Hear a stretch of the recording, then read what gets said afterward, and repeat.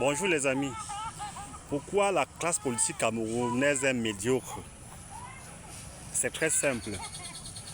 Quand on parle de classe politique, on fait allusion à deux idéologies.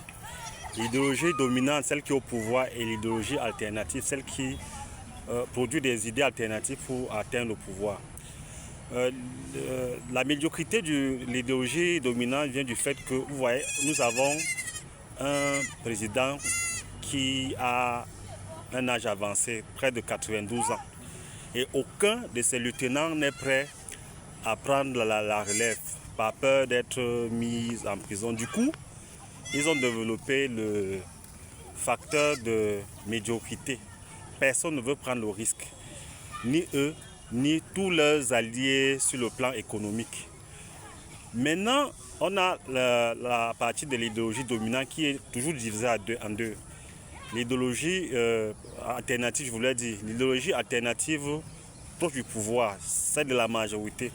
Elle, alors, on l'a tellement affaiblie. C'est le cas, par exemple, du parti de Cabral Libi, le PCRN et Bello Bouba, l'UNDP, l'ADP et autres.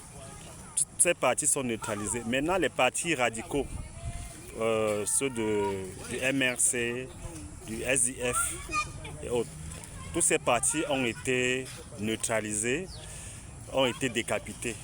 Vous voyez, par exemple, le MRC a perdu des grandes figures comme Biboum Nissak, le professeur Fogué et bien d'autres qui sont coupés de la politique.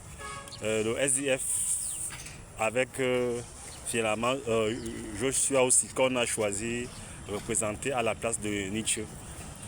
Au vu de tout ça, on a vu que même le président Paul Biya, il s'est arrangé à tailler l'opposition à sa mesure, ce qui les a rendus médiocres. Alors il n'y a aucun candidat qui peut faire preuve d'agilité, d'efficacité pour renverser la donne. Déjà parce que, pour renverser la donne, il faut avoir des moyens ou avoir des grands alliés. Vous voyez par exemple comme Donald Trump a fait avec Elon Musk aux États-Unis. Après, il y a la capacité de couvrir tout le territoire. Et ça, qu'on ne vous mente pas, même si tous les partis s'unissent, ils ne peuvent pas atteindre 20%. Je mets quiconque à défi. Parce que la plupart d'entre eux sont des partis régionaux ou ethniques. Ce qui fait leur frein. Parce qu'ils n'ont pas des... Parce que le Cameroun fonctionne un peu comme les grands électeurs américains. Il faut avoir des barons dans chaque région pour pouvoir gagner. Au vu de tout ça, vous comprenez que ces opposants nous mentent. Chacun va aller faire son one-man show pour essayer d'avoir quelque chose dans la cagnotte post-électorale. Ce n'est pas pour créer un problème psychosomatique et décourager les Camerounais.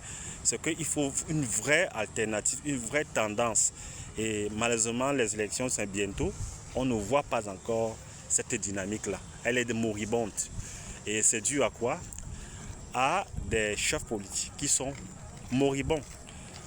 À plus tard pour d'autres publications. Partagez,